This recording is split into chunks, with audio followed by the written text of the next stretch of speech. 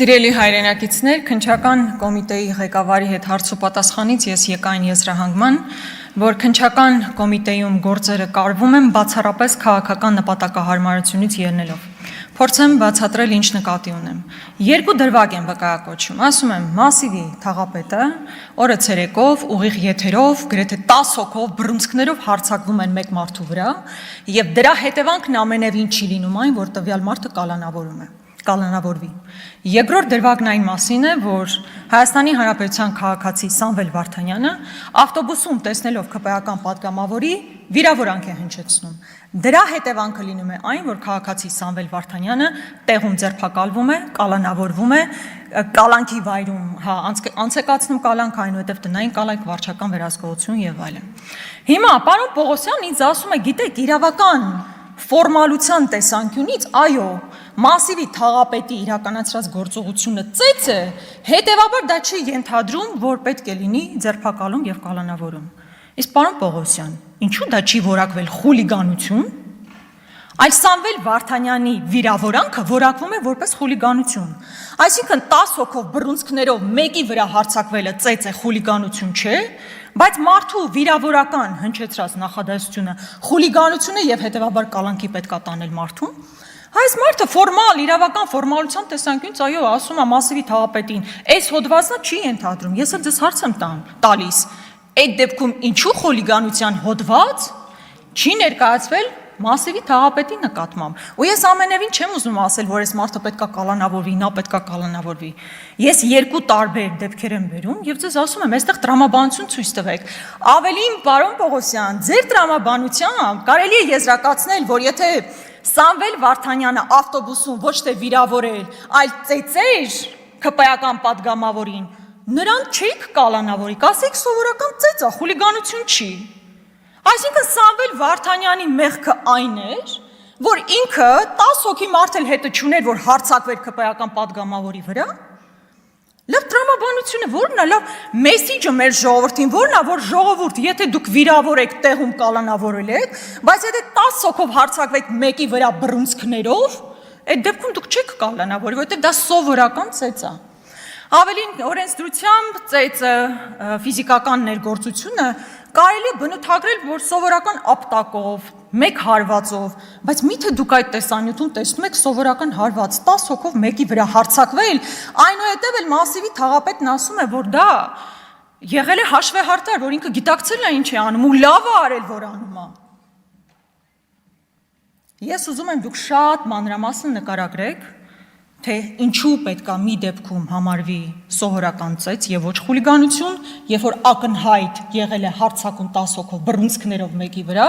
եւ մյուս դեպքում սովորական վիրավորական խոսքը որակվի որպես խուլիգանություն, որին կարող է հետեւել նաեւ եւ հետեւել է կալանավորումը։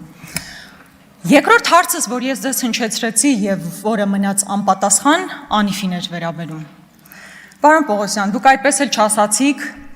արդյոք հարձակվել է Նիկոլ Փաշինյանը հաշվի առնելով, որ Անիվ հիմնադրամը ստեղծվել էր կառավարության ներքո,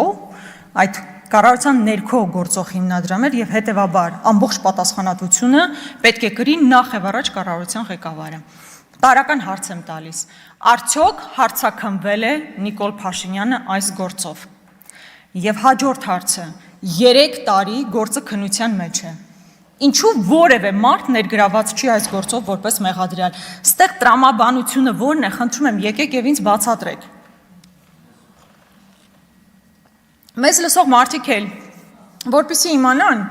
երբեմն ասվում է, չէ, դե լավ, իրավական process է, պետք է մարդկանց հարցաքննել, երկար է տևում, ժամանակ է տևում։ Ախր պարոն Պողոսյան, օրինակ, մեր քաղաքացին իրավունք ունի, չէ, հասկանալու։ Իր վճարած գումարներից, երբ որ կառավարությունը տրամադրում է $500,000 քաղաքի կենտրոնում կաֆե, սրճարան բացելու համար, մարդ պիտի հասկանա, չէ, թե դա իր որ շահից էր ելնում, որ հանրային շահն էր պարտադրում, որպեսզի որոշում կայացվեր $500,000 տրամադրվեր ինչ որ սրճարան բացելու համար։ Ախր որոշում կայացնողները հստակ են, մարդը հստակ է, ով է ստորագրողը, որոշում կայացնողը ով է, միթե 3 տարվա ընթացքում հնարավոր չէր բացահայտել դա։ Հնարավոր էր ու դուք դա չեք արել։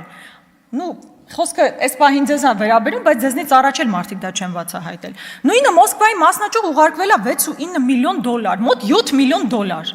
7 միլիոն դոլարով 3 առնվազն 4 նոր դպրոց կարելի էր կառուցել։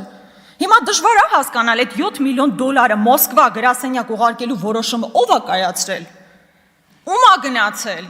Ախր այդ մարդիկ բոլորին հայտնի մարդիկ են, կոնկրետ մարդիկ են անուն ազգանուններով, որոնք հենց հիմա ես էլ նույնիսկ կարող եմ ասել։ 3 տարվա մեջ ոչ մի ձև հնարավոր չէ նրանցից մեկին որպես մեղադրյալ ներգրավել ակնհայտ փողերի մսխման համար։ Կամ հաջորդը, դրա մասին մի անգամ էլ Նիկոլ Փաշինյանին եմ հարցրել։ 1.5 միլիարդ փոխանցվել է օֆշորային կազմակերպությունում մի օֆշորային կազմակերպության, որի ղեկավարը տարբեր հրապարակումների բերումով պարզվել է, որ Տիգրան Ավինյանի կնոջ ընկերուհին է։ Դե լավ, ենթադրենք կնոջ ընկերուհին էլ չէ, ու Ավինյանը հեչ կապ չունի։ Լավ, հնարավոր չէ հասկանալ, ով է ստորագրել որոշում, որով մեր հայրենակիցների վճարած հարկերից 1.5 միլիարդ դրամ փոխանցվում է օֆշորային ինչ-որ կազմակերպության։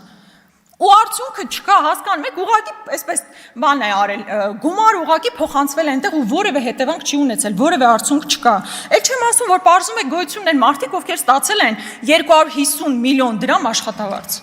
Պատկերացնում եք 250 միլիոն դրամ աշխատավարձ ստացող մարդը ունի կոնկրետ անուն, ազգանուն, ինչու ինքը գործում ներգրաված չէ որպես մեղադրյալ։ Այս ամեն ինչի պատասխանները դուք պետք է տաք, ուզեք չուզեք։ Եթե պետք լինի 100 անգամ եմ ասել, 1000-րդ անգամ եմ ասելու, սրանից խուսափել ուղղակի չի ստացվելու եւ դուք դրա համար պետք է պատասխան տաք։ Հաջորդը, սիրելի հայրենակիցներ, հավանաբար նկատած կլինեք ջրի շշերի, տարբեր գինիների, կոնյակների շշերի վրա նման դրոշմապիտակ կա, QR կոդեր։ Ժամանակին QR կոդերը տնտեսվարողները գնում էին պետությունից։ 2020 թվականի պատերազմից 3 օր անց Նիկոլ Փաշինյանի որոշմամբ ստեղծվում է մի հանձնաժողով, որը հետագայում պատերազմից բառացիորեն մի քանի հետո մենաշնորհով տրամադրում է այս QR կոդերի տրամադրումը տալիս է մի կազմակերպության, որն ուղղակի միլիարդների եկամուտ է ապահովում իր համար։ Այսինքն մեր տնտեսվարողները միլիարդներ են մուծում մի կազմակերպության, որն ունի մենաշնորհ, ու 5 տարի այդ մենաշնորհը ուղղակի գոյություն ունի։ Ընդ որում այդ կազմակերպության ղեկավարը մարդ է, ով ժամանակին ընդ որում այդ մրցույթը անցկացնելու մրցույթ չի, մենաշնորհով տրամադրելու ընթացքում եղել է պետական եկամուտների կոմիտեի ղեկավարի տեղակալ։ Այսինքն լինելով բարձրաստիճան պաշտոնյա, մենաշնորհը տվել է մի կազմակերպության եւ հետո գնացել ղեկավարել այդ կազմակերպությունը։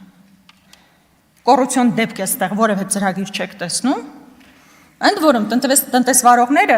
2 անգամ ստիպված են ավելի շատ վճարել այս QR կոդերի համար, քան վճարել են մինչև 2020 թվականը։ Իրականում մենք կոռուպցիայի մասին դեռ կխոսենք, ժամանակս քիչ մնաց։ Իմիջիալոց սրա հետ կապված նոր քրեական գործ է կարծես թե նախաձեռնվել, ես հետևողական եմ լինելու հասկանալու, թե ինչու է այդպես ստացվել, որ մենաշնորհ է տրվել եւ արդյոք պատասխանատվության չեն ենթարկվելու այդ մարդիկ։ Այսօր Արտուր Հովհաննիսյանը կարծես թե հորդորում էր ինչ-որ մարդկանց նայել իմ աչքերի մեջ եւ հեկ տեսնել, ակնհայտորեն տվյալ անձը տեսողության հետ կապված խնդիրներ ունի եւ նա օրինական ուժի մեջ մտած վճռով նույնիսկ զրպարտության համար դատապարտվել է, բայց պետք չի առաջին անգամ չի, որ տվյալ մարդը սուտ է խոսում, ինքը քրոնիկ ստախոս է եւ պարտադիր չէր, որ իմ դեպքով դա ապացուցվեր, բայց ուղղակի զուտ մեր հայրենակիցների համար ասեմ, ես հեկ չունեմ, չեմ ունեցել, եւ եթե տվյալ անձը կարող է գա տանել ու ցույց տալ այդ հեկը, ես սիրով կընդունեմ այդ հեկը, չգիտեմ, միգուցե մեկը որոշ ինձ նվիրատվություն անի, եթե այդ մարդը տեղը ցույց տա, համենայն դեպս չունեմ, բայց որպեսզի անպատասխան չթողնեմ նման հերյուրանքները, ես տվյալ անձի հետ կհանդիպեմ արդեն դատարանում։ Շնորհակալություն։